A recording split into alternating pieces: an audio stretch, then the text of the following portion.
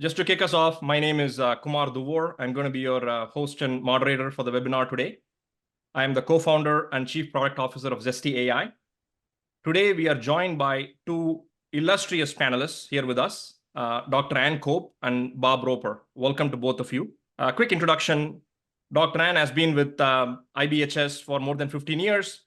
She's the chief engineer at IBHS, and she and her engineering team have done a lot of research into resiliency of both structures and businesses on how they adapt and how they are resilient to a variety of climate events, whether it's wildfires. I know we're talking about wildfires today, but she has a lot of expertise in other areas as well, severe convective storms and hurricanes as well. Anne, welcome to the webinar. We really appreciate having you here. Yeah, thank you so much for letting me join. And Bob is the CEO of the Western Fire Chiefs Association. Bob has spent a number of years, more than 45 years in fire service, out of which I think 15 years he's been the fire chief of Ventura County. And later on, he has also served as the state forester for Nevada State. Bob has a wealth of background in mitigation policy and resilience work. Bob, it's a pleasure having you here. Welcome, Bob. Thank you. Awesome. So before we get started, a few housekeeping items. We are recording the webinar. And then we're also going to have a Q&A session at the end. So if you have questions, feel free to put them in the Q&A box in the window, and then we'll address that towards the end of the webinar. And then also, ZestyAI is publishing an annual wildfire season overview in a couple of weeks. So if you're interested in that, feel free to sign up for it. We're going to post a link to how you can sign up in the chat window. So please sign up for that. And essentially what this annual season overview would cover, it would cover insights from last year's wildfire events, and also would provide you tips on how you think about as you go into this year's wildfire season. So please go ahead and sign up if you're interested in that report. So why are we here today? We are here today because wildfires are no longer a secondary peril. We are constantly reminded of that. The latest reminder were the unfortunate events in LA earlier this year. We had those tragic events in Palisades and Dayton. And many lives lost, more than 200,000 people were evacuated, more than 20,000 structures were affected. So today we have brought a variety of perspectives together in this webinar. We are going to hear perspectives from the lab through Anne. We are going to hear perspectives from the field through Bob. And then Zesty is also going to add its own perspectives on what have we learned through our predictive modeling that we've been doing for a number of years on wildfire. With all of these perspectives, we're going to try and understand what are the key takeaways from these fire events. Is there a way to really bend the risk curve? And then also, what can insurers do to really adapt to this now ever elevated level of risk that we see for wildfires? So with that, let's jump in. We're going to start at a pretty high level. Bob, maybe I'm going to start with you. If you think about wildfires, they've been happening for a while. But if you look at the wildfires that have happened recently and contrast them to fires from perhaps 10 years ago, do you see any difference, Bob, in the fires? What has changed with the fires? Oh, Kumar, thank you for having me on the webinar today. To answer your question, really what we used to be able to do is say we had wildfire season. These were usually in the late spring, throughout the summer into early fall. Whether you believe in climate change or not, what we're incurring now is that we can have wildfires any time of the year. This is because of drought conditions and so forth, the changing weather, the hotter temperatures and so forth, and the associated issues with our fuels. So for us, now we say that we have a year-round fire season. And where this is really important is we're finding out that wildfires are going to probably get worse over the next 20 years before they start getting better. And that's because we are so far behind in managing our fuels out there. And our fuels is our natural fuels as well as our built environment that we're dealing with, which is representative here in our webinar today.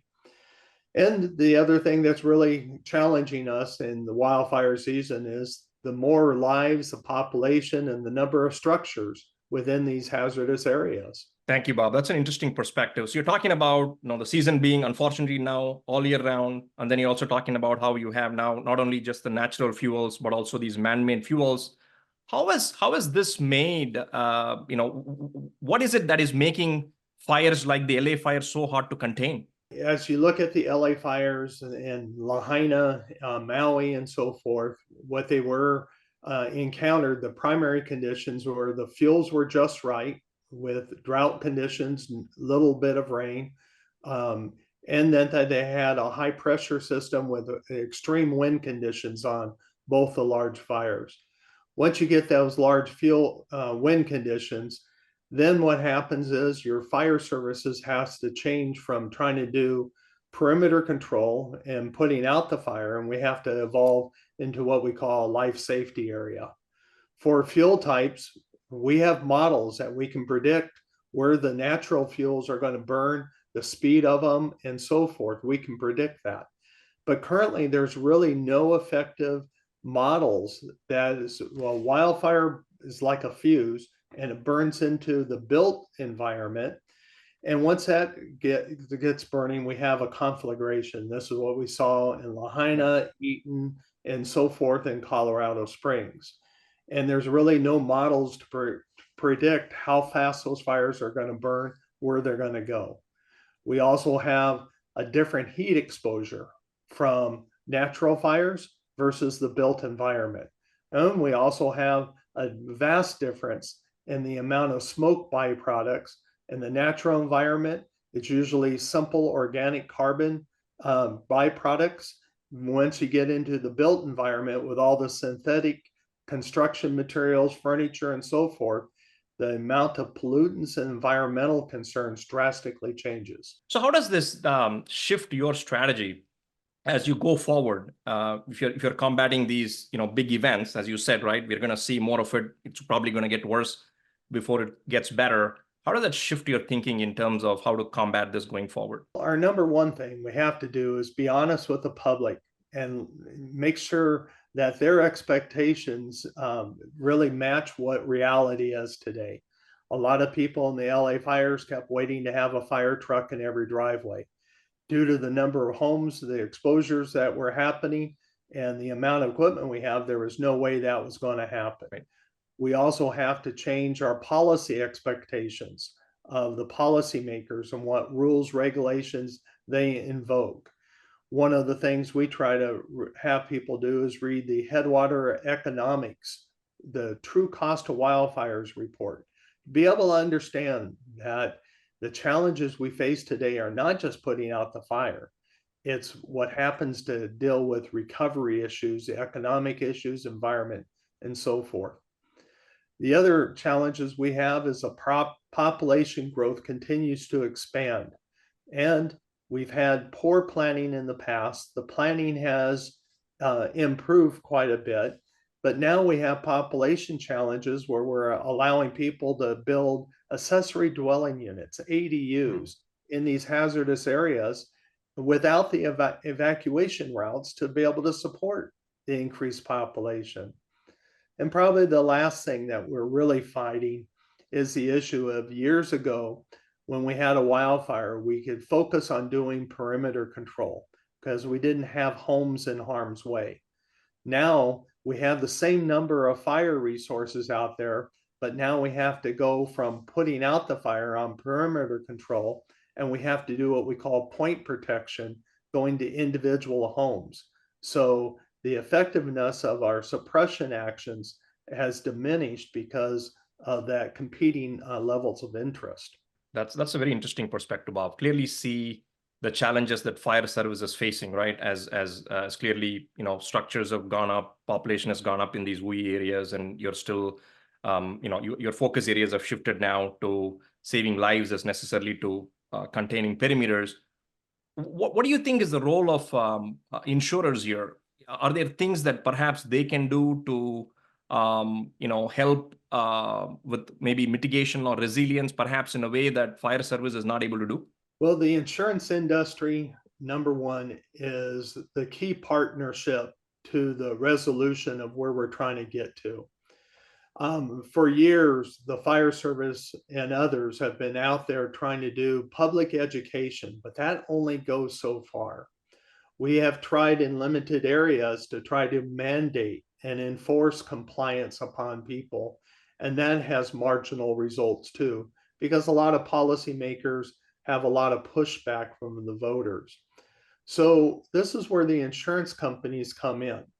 The insurance companies, the industry working as partners with the fire service can help reach out to the policy owners to teach them what's happening, to raise their situational awareness and let them know they're a key part of the solution here. With that, they can provide incentives. They can work with the price of their insurance to make sure it's affordable. And this is where the insurance industry can help make or break our overall success. And I know you've been, working with insurers for a number of years, many insurers, perhaps many of them are also on this call.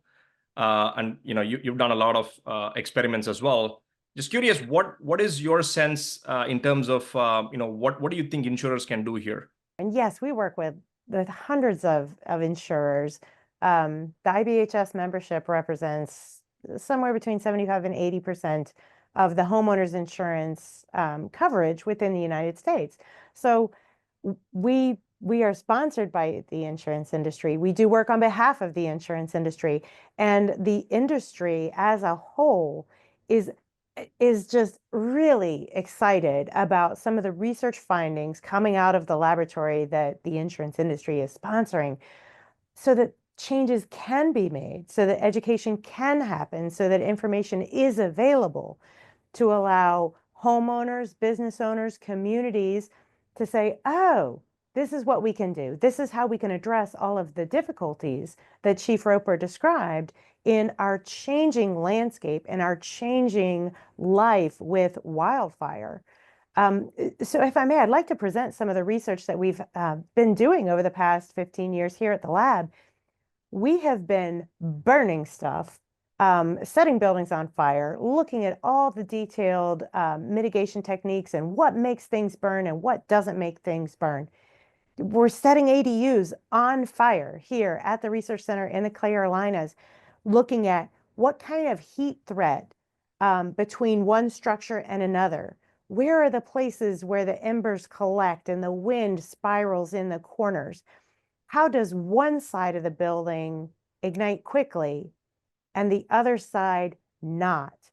These are the questions we've been asking, not just here in our laboratory where we can study in meticulous detail, but also as we go out in post-disaster events and take a look forensically at what has occurred, such as the LA County fires that we have all been talking about just recently. And it's this type of information that can lead us down a better path. Clear evidence that the things we put right next to the homes are the things that allow a home to catch on fire. And then as Chief Roper described, that changes the game.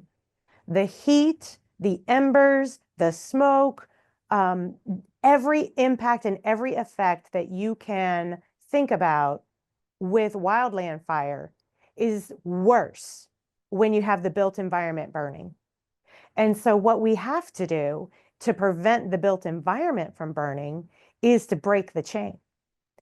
So this, time-lapse video is clear evidence of breaking the chain in that 0 to 5 feet right next to the structure.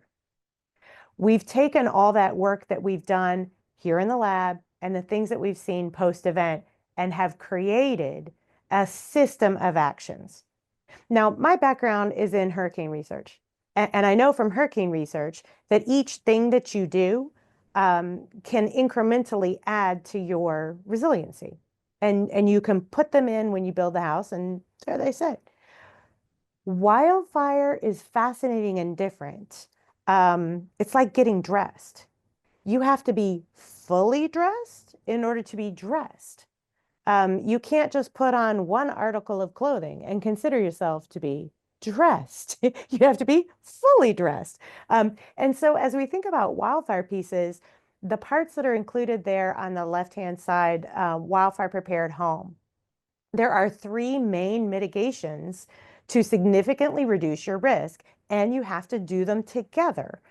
So first and foremost, you got to have a Class A roof. You got to have some building features, the vents, the 6 inches around the bottom that prevent embers from catching your structure on fire. And you've got to have that beautiful defensible space so that right next to your building, you don't have a little green gas can, otherwise known as a juniper bush, that's going to catch your building on fire. You can do the additional mitigation measures that are listed there on the right-hand side in Wildfire Prepared Home Plus. This is what, if your fire chief is there in your driveway and your fire chief is talking about hardening, a lot of the things that are listed in Wildfire Prepared Home Plus are the things that you're going to be talking about. The windows, the sidings, the moving of the ADUs. These are the things that are in Wildfire Prepared Home Plus. So 2 segments, but holistic. You got to do the things, and then you can increase your resilience and decrease your risk from embers. And then if you do more things and do the hardening things, you can also decrease your risk from the flame and radiant heat. What does that look like? Well, this is what it looks like when it's not there. We have greenery right up against the building, and we have a loss of a home. We have communities that are severely impacted, and it's going to take a long time for them to bounce back. Why do those things happen? For the reasons that Chief Roper described. The likelihood that a suburban conflagration, a wiping out, a runaround of lots of homes being destroyed in a neighborhood, the likelihood of that happening is because there's a population of people, there is a drought, whether it's prolonged drought, flash drought, there's a drought that is impacting the vegetation and the fuels in that area, just as Chief Roper said. And there are high winds that move the fire, and high winds that make air attack and pieces and parts of our fire services assets unavailable to us. And when we get that 3-pronged things lining up, it's a tinderbox waiting to happen. The likelihood that conflagration is going to happen is way up. The severity, how bad it's going to be if the ignition happens and the conflagration starts going, is also related to density. Density is in both pieces. So how close the buildings are together, how much connectivity there is between the buildings. Do the bushes and everything go from one building to another? How many cars, how many ADUs, how much stuff that can burn is in between those buildings? And then third is, what are the buildings made of? What kind of materials are there, and how quickly do they ignite and allow fire to spread? We have buttoned it down to these things because we've been doing the studies for so long. The 2 reports that are there on the left, and you can use that QR code to go and get to them. Those 2 reports that are on the left are specific to the fires that occurred in the LA area. We also have great information about Lahaina. We also have detailed literature review information about the return of conflagration to our built environment and what needs to happen in order to reduce that. And there's a great report that was a collaboration between IBHS and Zesty there in the middle, talking about why defensible space is so important and what can be done, why that's a place where we need to start. So there's some great information out there that has been synthesized into these reports. I should also say that QR code to get to the ones from LA, a long, fully scientific journal-worthy article is also coming out, and that one's going to be here by the end of this year. So we know these pieces matter. I've described the pieces for the individual structure, and now we're going even further because the community is part of that as well. So together with NIST and CAL FIRE and UC Berkeley and Maryland, we've been working on a project for many years now where we've been gradually burning larger and larger structures to look at just how far apart. When I talk about structural density, how far apart? Where is the sweet spot? What can we get to? We've been looking at that, and we have now come out with a product called Wildfire Prepared Neighborhood, which takes the parcel, and I say parcel, insurers know what I'm talking about. Your home, your yard, your area. The only people who talk about it, parcels, are the tax appraisers and the insurers, but this is your place. Individually, you can do Wildfire Prepared Home. As a community, Wildfire Prepared Neighborhood is now available to identify those places where the risk is lower because the whole community is going to be on board. It's a pilot program that we're doing now, and it'll become more broadly available as it goes through all that pilot testing and we get all the kinks worked out. But there is a community right now in Escondido that is a provisional wildfire prepared neighborhood. It is possible, and we are heading in those right directions so that the things that Chief brought up about not being able to have an engine in every driveway, that's completely unrealistic. But when the neighborhood can withstand the embers going down the street, the houses do not catch on fire, then our fire services can do the things that they are ready to do and keep that perimeter and prevent it from going anywhere else. So that's how the insurance industry, putting forward the research, recognizing and recommending these mitigation tactics, is absolutely working hand in hand with what our fire service personnel are doing. Wonderful, and that's a wealth of perspective there. Bob, maybe let me pull you in. What's your sense? I mean, you're close to the field. How does that resonate with you in terms of what you're seeing on the field? What Ann and IBHS has been doing along with NIST, the fire service fully supports. And I think the forensic analysis after these major fires has proven more and more science to bring credibility to what we've learned. And so from these lessons learned from the ashes really is the indicators where success can be made in the future. So thank you for that, Bob. So now we have heard perspectives both from the field as well as from the lab. So now we're going to see how we can complement that with Zesty's own findings from a lot of the modeling work that we have done. And Anne already mentioned one such work where Zesty and IBHS collaborated to put out a report on how important defensible spaces are. And I'm going to walk you through what are we seeing, especially when we look at the LA fires in detail. Before I go deep into how our predictive model is called ZestyAI, how did it perform in anticipating the risks in the LA fires? Before doing that, I'm going to quickly give you an overview of what ZestyAI is. So ZestyAI essentially provides 2 scores for every single property. One of them is a neighborhood score. We sometimes call it the level 1 score. And the other one is a property level score. Sometimes we call it a level 2 score. Both scores go from 1 to 10, 10 being high risk, 1 being low risk. So what the neighborhood score tells you is essentially the likelihood of that neighborhood being involved in a future fire event. So it tells you the risk of a fire happening there.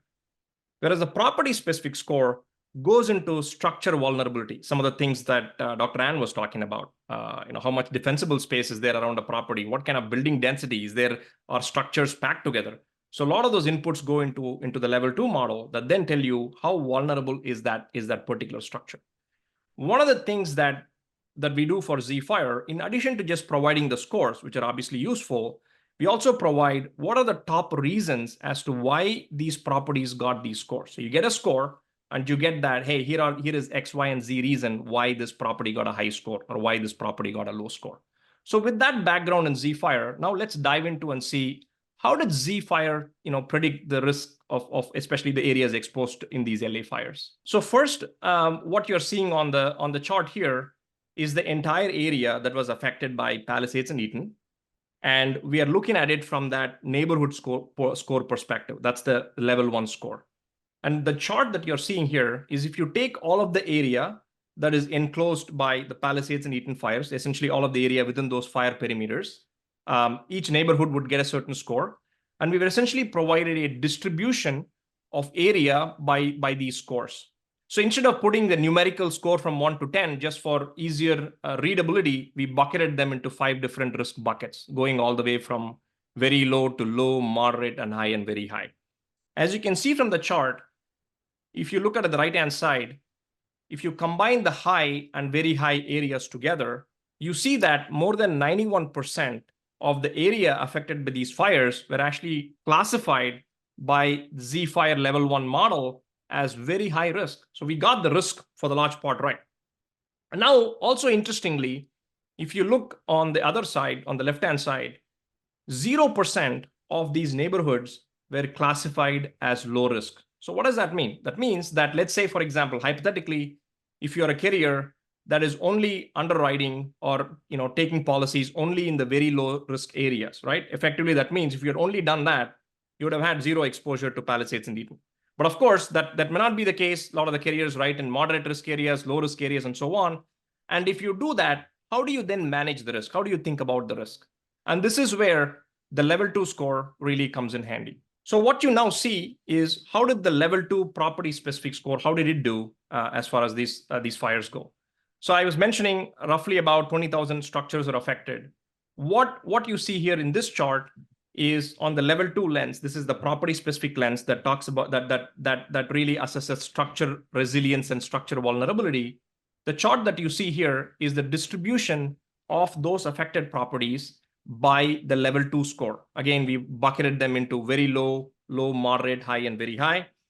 And as you can see here on the right-hand side, more than 80% of the structures here were highly vulnerable to wildfire damage. And that's kind of what happened in these fires. And if you look at the post-damage assessment that was published by Cal Fire, more than, I think, about 70% of the structures were actually destroyed that were exposed to these fires. So essentially, the property-specific model also agreed with that assessment and said a lot of these structures are highly vulnerable.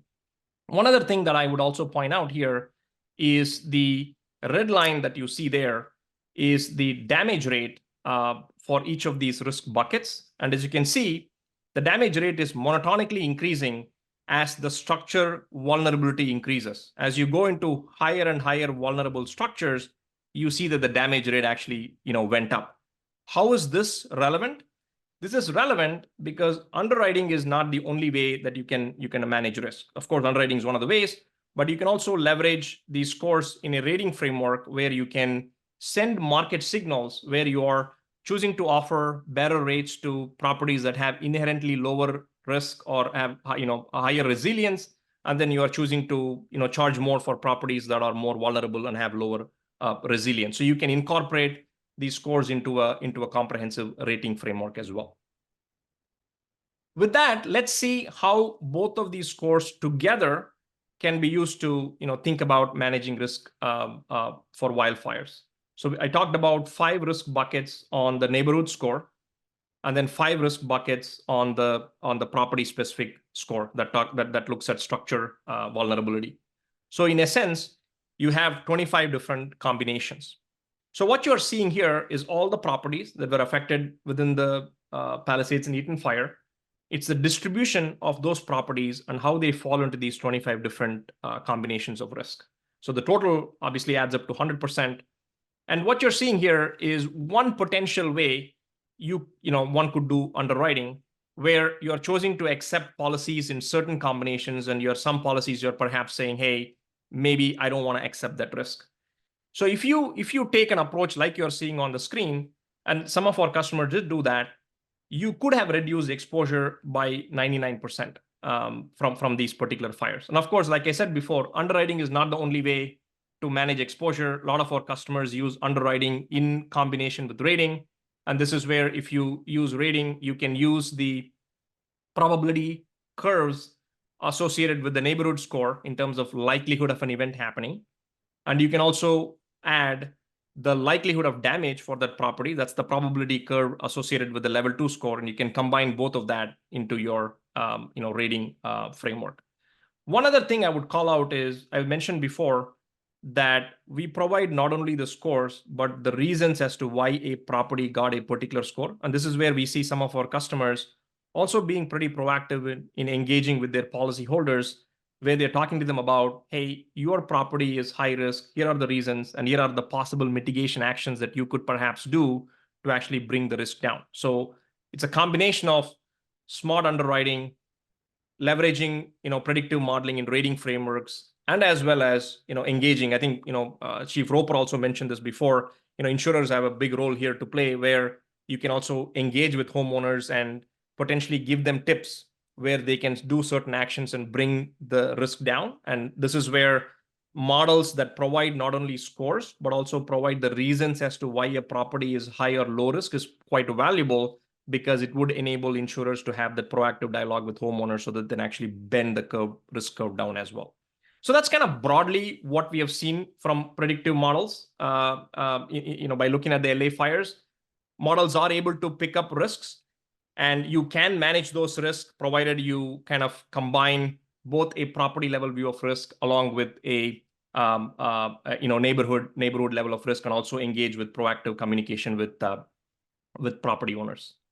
So now that gives you a perspective from the lab. Now let's try to pull all of this together. We have heard perspectives from the field, from the lab, and also from, I would call it, from the cloud, because Zesty does all of its work in the cloud. So you've heard all perspectives here.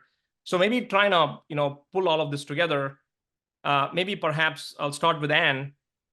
There are many things, Anne, you talked about in terms of how one could think about affecting risk here. Perhaps there is policy planning, there is work that you can do on the landscape, there is proactive fuel management, there is resilience, mitigations, lots of different things. But if you were to synthesize this and say, hey, here is one thing that we ought to do, the one thing that could move the needle, what would that look like? The biggest thing that homeowners can take away is the critical importance of the things that are right next to the house.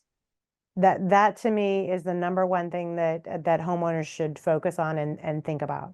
So if you're in California, if you're in a wildfire prone area in another state, the biggest and most impactful action is to take a look at the landscaping and the things that are right next to your home. Juniper bushes are literally little green gas cans. They light even when they are healthy and watered, and the things that are right next to your house. Mulch, bark mulch, lights, and it is the last thing that is still burning hours later when we are doing testing here at the laboratory. Having that right next to your home in a wildfire prone area is a difficulty. That's a severe risk. And so having a zone 0 where you're not inviting the embers to create small spot fires right next to your home is really important. And at the same time, I want to be very clear. That doesn't mean bare earth for your entire yard. We're not talking about removing all trees and all bushes. Trees and bushes are wonderful. They're exceptionally good in more than 5 feet away from your house, so that you can have all your beautiful landscaping that provides shade, reduces heat, is natural beauty, but you don't want it right next to your house, and particularly not right under your window. Thank you, Anne, for that. Bob, let's go to you. What would you pick as the number one thing that we can do to really reduce the risk here for wildfires? The number one thing is the public situational awareness needs to be vastly improved, because there's never going to be enough fire trucks. The secret is building resilient communities. As seen during the LA wildfires, there's not enough fire engines or water supply, and nor can we afford such systems. Our communities must be able to stand alone with limited assistance. And this is done through proper planning, construction types, evacuation routes, landscaping, community preparedness, and the number one thing is maintenance. The one thing that everybody has to understand is I can use a modern building code and do all the aspects that Anne talked about in the suite of things from IBHS, but the homeowner has to practice annual ongoing maintenance of, basically, let's call it housekeeping, because as soon as you allow a simple thing of a rubbish can or patio furniture that seems innocuous, but if an ember hits it, it can be that fuse that goes to the house.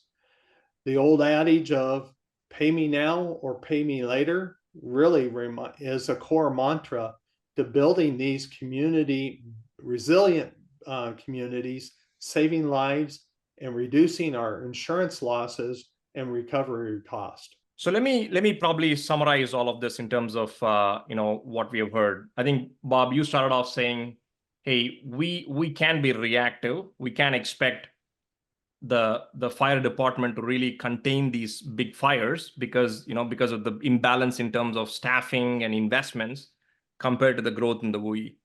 And then also, And you talked about, hey, there is a lot of opportunity in being pretty proactive. You can do a lot of landscape planning, perhaps forestry management. There is building codes, of course, and making not only just homes resilient, but even communities resilient. So there's a lot of resiliency work that can be done as well. And of course, just picking the one thing, both of you talked about how focusing on the property, because it's the easiest thing to focus on, right? Because building codes only would probably apply to new construction. That's going to be a small part of the building stock. Landscape planning probably involves multiple actors, just hard to do. But what you can do to the property is one thing that homeowners can all control directly. That's immediate.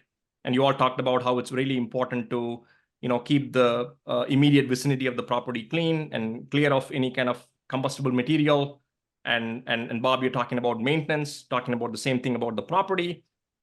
The reality is, if you put all of this together, I think the thing that resonates with me is, Bob, what you mentioned before. Hey, things are probably going to get worse before they get better, because for all of this planning, none of this is going to be immediate. This is going to take time. This is going to be, bringing together multiple stakeholders, multiple market participants, policy makers, and getting homeowners to do actions. It's going to take time. And while we do all of that, insurers still have to face the reality of, how do they adapt to this elevated risk that is there for this wildfire season and perhaps is going to be there for the next few wildfire seasons. And that's where, perhaps predictive models like the one that I was talking about, which provide you a neighborhood view of risk along with a property specific view of risk, can be leveraged in a smart way, right? You can perhaps use the two together to do your own underwriting strategies, depending upon, how much risk you want to take or not want to take. And then also really leveraging it for rating, because we do want to make insurance available to people, because we don't want to be in a position where insurance is not available. And the way to do that is, how do you send pricing signals to the market where you're rewarding folks to do resilience? You're offering them discounts to do that type of mitigation work. So that's where leveraging these kind of models into rating would be a valuable exercise. And then also, insurers have a role to play, like you all mentioned, where with data, have data-driven conversations with homeowners, so that in addition to some of the work that IBHS is doing in terms of putting out material, can insurers also enable that by having conversations with their insureds and put data in their hands so that they can make those mitigation efforts and reap the benefits of doing mitigation. So that kind of, I think, brings together perspectives from the field, from the lab, and then from the Zesty cloud in terms of predictive modeling. So with that, I think we can shift to Q&A. We've been getting a lot of questions as we went through the webinar. So we'll get to the questions. But maybe before going through the questions, I also wanted to just give you a quick reminder. We are putting out the annual wildfire season overview in a couple of weeks. If you're interested in signing up for that, please use the QR code and register for that. As soon as it's published, we will send it out to you. So with that, let's jump into Q&A. We've been getting a few questions. So let's start with, would you consider a different approach in terms of mitigation requirements or building code recommendations in a fire-prone area that is high density, homes close together, versus, let's say, in an area where homes are further apart, or there is just larger lots? Maybe I'll ask Anne here. Anne, you've done a lot of work on building codes. What do you think here in terms of bifurcating mitigation requirements or building codes depending on the density of the area that we are talking about? Oh, sure. So, well, and when you go and take a look at the reports from IBHS and the LA fires, and the one that will be coming out at the end of this year, there you can see the difference already. Right. In neighborhoods that were more dense and neighborhoods where you have some structure separation, like 20 to 30 feet between the homes. What we've seen, and this dates all the way back to the work that Jack Cohen started so many years ago. His original work, when things were 10 feet apart, boy, it's almost like a yes, no, flip a switch. If a structure is lit, the structure that's right next to it, 10 feet apart, is going to light. Through the window, through something, it is going to light. The probability is very high. When you get all the way, Jack's work, when you get all the way out to 50 feet, the likelihood was really low. IBHS, and together with our friends at NIST and CAL FIRE and Berkeley and Maryland and others, we've been working to figure out what is all of the stuff that's in between. So as soon as you get past 10 feet to something like 20 feet, now you can really make a difference by choosing the right defensible space and building materials between those structures. You can make a huge difference based on what you choose. And if you get out to 30 feet, you're even more available. When you get to distances of that size, the likelihood that one structure is impacting the other goes way down. You still have embers going through, but the heat and radiant and flame contact between the two structures goes way down. So it's great that there are some neighborhoods out there that have that kind of spacing. That's not what we're seeing in new neighborhoods. And that type of spacing is then crunched when you add things like ADUs. So this makes a huge difference. And at the same time, fire, being resilient to impacts of wildland fire, being resilient to heat, being resilient to our increasing density and having affordable housing. Those three things combined are the situations that our towns and communities find themselves in. And so decisions need to be made to weigh and balance those things together. And we can be fire adaptive and also have affordable housing and also mitigate against heat. But it takes a very careful approach. Thank you, Anne, for that. So let's move to the next question. Can the Zesty neighborhood score be understood as a similar concept as the CAL FIRE hazard assessment maps? If so, are there any differences in your classifications? How often are your neighborhood and individual risk score updated in your model? So look, the neighborhood score is essentially, like I said before, it provides you a sense of what is the likelihood of a particular neighborhood being impacted by a future wildfire event. We are pretty familiar with the type of maps that CAL FIRE produces. We have worked quite extensively with CAL FIRE. But I guess the fundamental difference is that the Zesty models are all loss data trained models. So meaning we are looking at all of the historical events that have happened, and we are looking at all the predictive drivers. We spent a lot of time working with IBHS on this. We look at a lot of the predictive drivers, but end of the day, it is a predictive model that is looking at all the drivers and looking at historical events and building a predictive model. So that methodology is fundamentally different from perhaps what CAL FIRE is doing. Though we are trying to get to the same thing, the methodology is very, very different. And we also, as I shared with you in the slides, we are constantly looking at how does our methodology work in being able to assess the riskiness of areas or regions as we go through fire events. And so far, the model has done pretty well. And the model has been in the market for about 5 years and it's held up pretty well in pretty much all of the fire events that have happened in the last 5 years. And then the other question on how often are the neighborhood and individual risk scores updated? We update them. The neighborhood score is updated once a year. The property-specific scores are updated 3 times a year. The property-specific score relies quite a bit on aerial imagery. We are looking at some of the things that both Bob and Anne were talking about in terms of how packed are structures, how much vegetation or combustible material you have in the primary, secondary, and tertiary defensible spaces, what kind of building materials are there. Do you have an ADU or a secondary shed right next to the primary structure? Those are all the kind of things that we're looking at. And we want to make sure, the reason why we're updating 3 times a year, the reason is we want to make sure that if homeowners are doing mitigation on the property, we want to be able to reflect that quickly. So that's why we do keep an eye on this stuff. And as you know, vegetation can change as well. If somebody trims their tree right next to the roof line, we want to make sure that that is credited in the model. That's why we update them pretty frequently. So next question is, California has an insurance crisis with insurance companies leaving the state. Do you see California Insurance Commissioner accepting risk modeling for policy issuance anytime soon? I can maybe start, and I would love to hear Anne's and Bob's perspective here. Right? Look, I think this is an evolving landscape. We know that both the Commissioner's Office as well as the California DOI have brought in a number of new regulations as well recently, and also are considering allowing the stochastic models prediction on future losses as into the allowed losses, into how you calculate premiums. I know there is some work being done.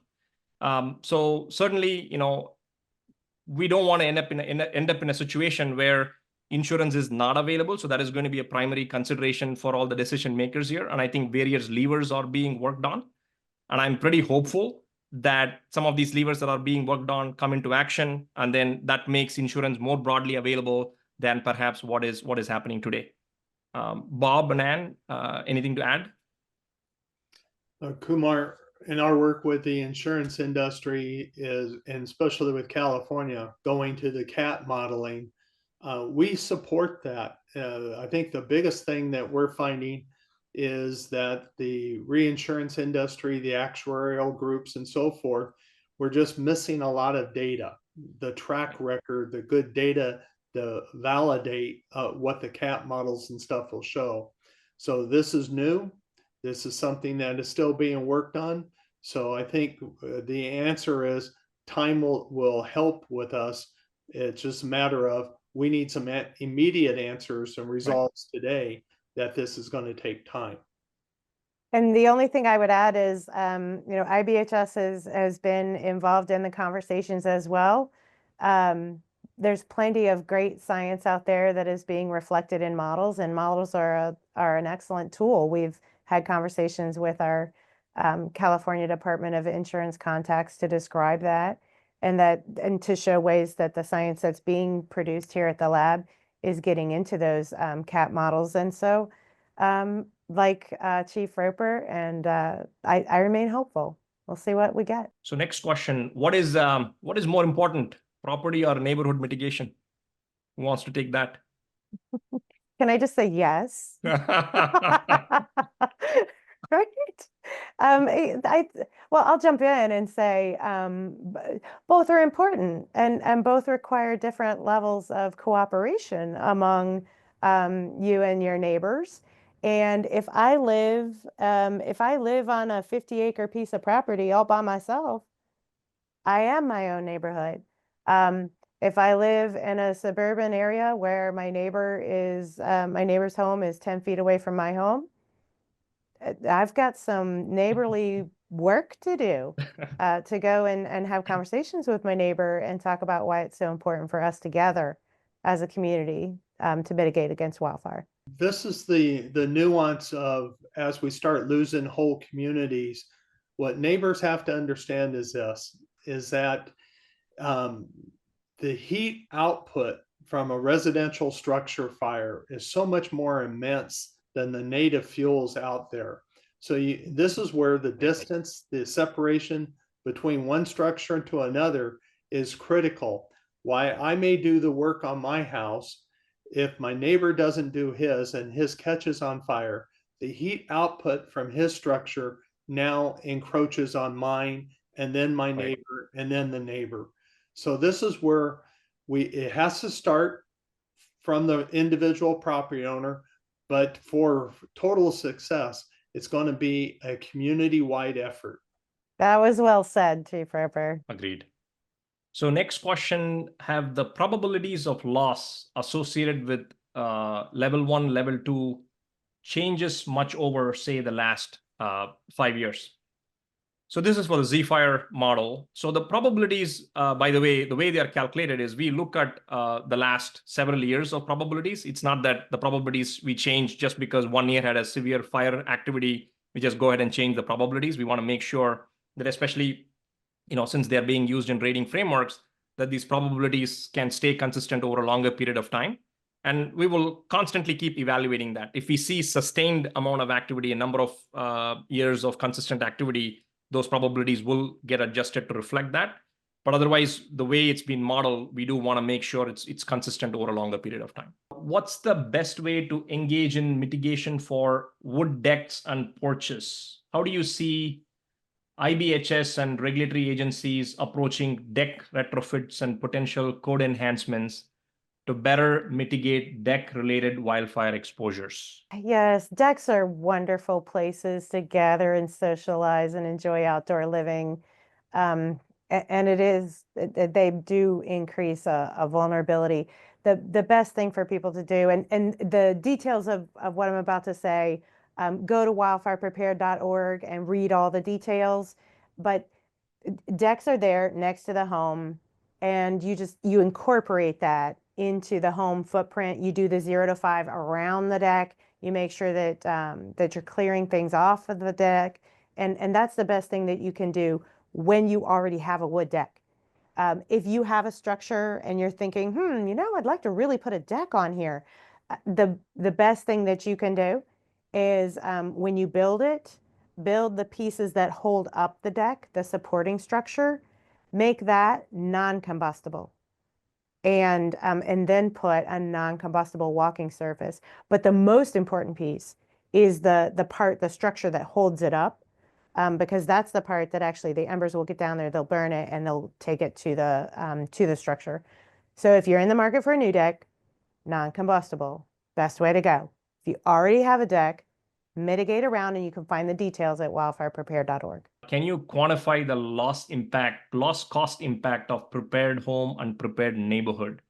How large in area, number of homes does a neighborhood need to be considered for prepared neighborhood? I think there's a question on prepared neighborhood as well. So wildfire prepared neighborhood, again, brand new pilot. Here we go. There's some great information that you can find at wildfireprepared.org. If you go over to the right-hand side under the technical content, you can go and read all the stuff about wildfire prepared neighborhood and see, what's considered and how big the neighborhood should be in order to fit what we're talking about. So there's some great information there. And as we're going through the pilot process, we're going to keep looking at it. Now, the other question was about loss cost ratio on wildfire prepared neighborhood. We've got some great information out there. Zesty and IBHS work together to look at the defensible space piece of it. Headwaters Economics has looked at how much does it cost to actually go and do the things that we're talking about. And as the program, we know that the program works because we've proven it here at the lab. We've looked at pieces in post-disaster investigations and the computer modeling. All three things are pointing towards the goodness of the program and why we know that the science is in the program and that it's going to work. It's only been around for a short time, so we don't have mounds of data by which we can do a very detailed loss cost analysis. That will come, but the science is proven. We know the risk is reduced. And so we're highly encouraging homeowners out there to go and do the things so that you all can offer them meaningful description about why it's important. First and foremost, it makes it less risky and more insurable. That, to me, is the bigger description for homeowners than exactly how many dollars and cents of incentive. And I get it. People want to know the dollars and cents, but it's not a question that's easy to answer at this time. I support what Ann said, but let me also add to the original question is that you have to look at each neighborhood. You have to look at the surrounding fuels, the topographic features to be able to analyze the pathways. Where is the fire going to come from and where will it travel? What will the intensity be when it hits those areas? Right. So a lot of things to consider, but those factors all together will give you an indicator on the priority of where your work should start and how far it should go. Thank you, Bob. Thank you, Ann. I think with that, let's wrap the Q&A. So thank you so much for the panelists here for spending your wonderful afternoon here with all of us. And thanks for everybody else who joined the webinar. Hope you all found it insightful. And again, thank you so much for joining this webinar. You all have a great rest of the day.